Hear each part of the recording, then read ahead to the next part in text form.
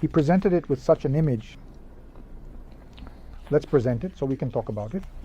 Well, what would it mix up if today, in this current Polish presidency, we were to accept Ukraine in a political sense into the European Union?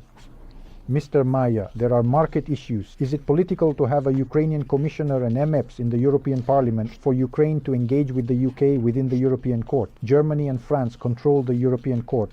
Cities in the European Parliament, so that Ukraine could introduce British cities into the framework of the European Court, and at the same time introduce them into the European Court of Democracy, because in this context, both Germany and France dominate the European Court, and discussions are starting about involving the European Court in a single state. It should be a society of independent countries, nations, because we won't be one state for long.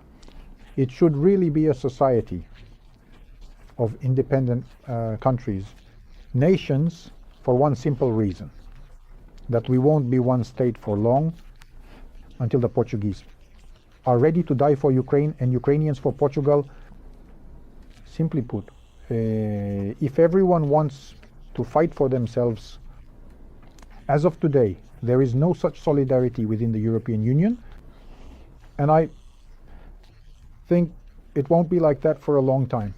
That's why going towards hatred, belittling the small to elevate the big, is a path to disintegration. In Italy and Spain, they have become so weak that France and Germany can dictate laws to them. Well, yes, in reality, the strength of Germany and France, with the support of Denmark, the Netherlands, and countries that will benefit from this policy, basically they are able to exploit countries like Italy already. In the end, yes, you see, I see it at the level of debt. France simply got the opportunity to search for its debt thanks to the agreement with Germany. That's why they could be surprised by everything, because the Germans always paid, they were getting into high debt.